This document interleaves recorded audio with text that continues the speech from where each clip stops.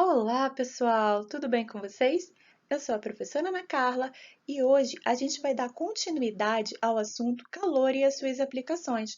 Nessa segunda aula, nós vamos falar do calor e a dilatação e ainda a medição da temperatura. Se você perdeu a aula 1, corre aqui no canal, assiste a primeira aula e depois vem para essa aula, tá ok? Vamos nessa? Vamos falar então sobre o calor e a dilatação. Um corpo, pessoal, seja ele sólido, líquido ou gasoso, geralmente quando a gente fornece energia a ele, ou seja, fornece calor, energia térmica, ele geralmente aumenta de volume. É um fenômeno que a gente conhece como dilatação, ou seja, ele se dilata. Mas por que será que acontece isso? Por que um corpo se dilata? Vamos dar uma olhada na imagem? Ali na figura 1, estão representando as partículas do corpo, essas imagenzinhas em azul dentro dele. Então vamos lá. Na figura 1, tem um cubo sem fornecimento de energia térmica, ou seja, sem a propagação do calor até ele, e ele está de um tamanho, ou seja, está de um volume.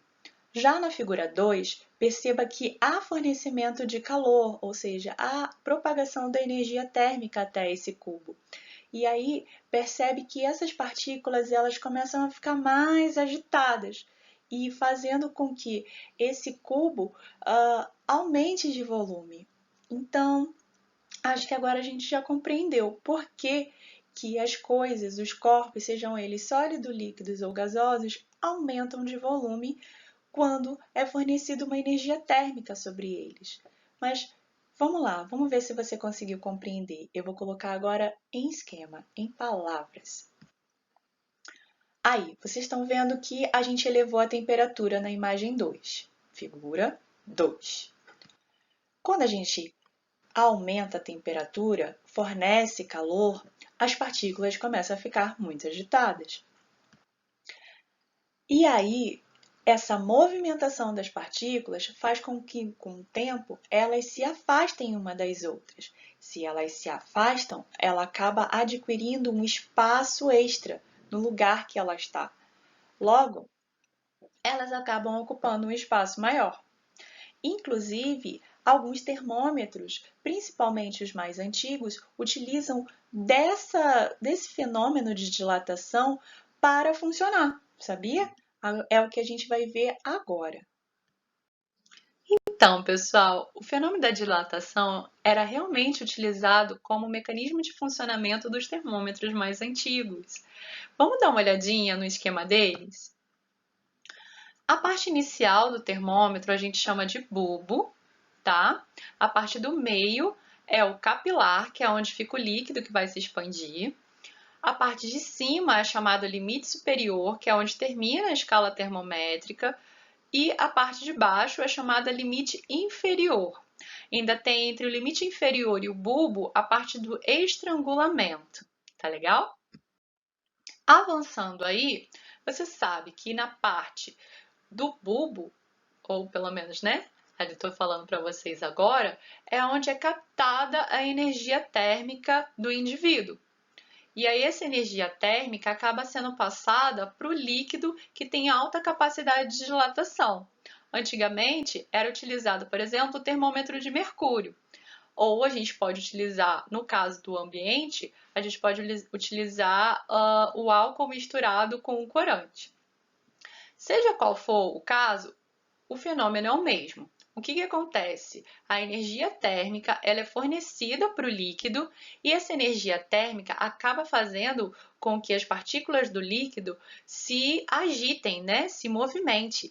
Essa movimentação, né? Essa dilatação faz com que o volume do líquido se expanda. Se expanda até onde? Até justamente a escala do termômetro no qual é medida a temperatura, tem um número lá fornecido e aí sim você sabe em qual temperatura aquele indivíduo se encontra.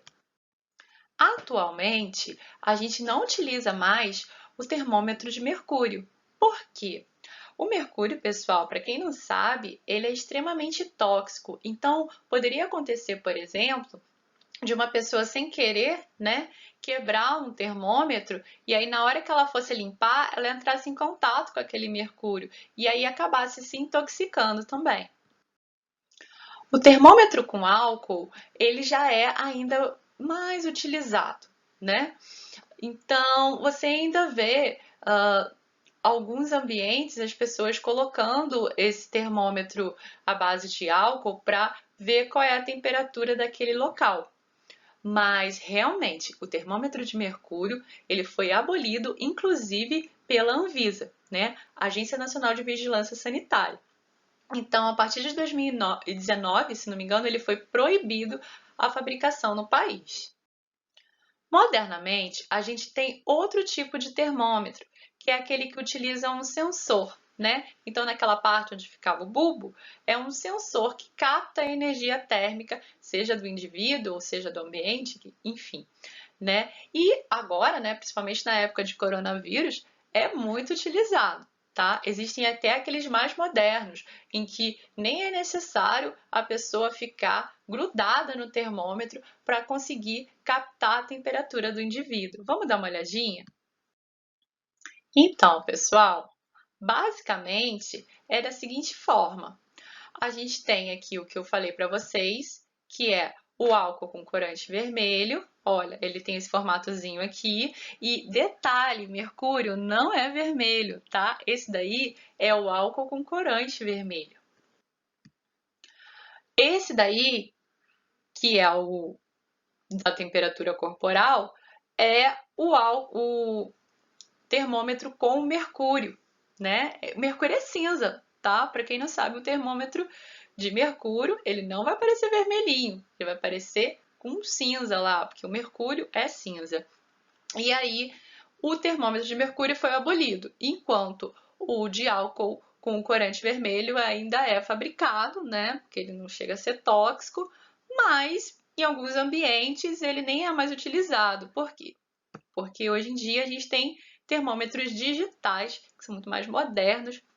Inclusive, esse último aí que aparece na tela, a pessoa nem precisa chegar próximo para conseguir saber a temperatura do indivíduo. Então, muito legal.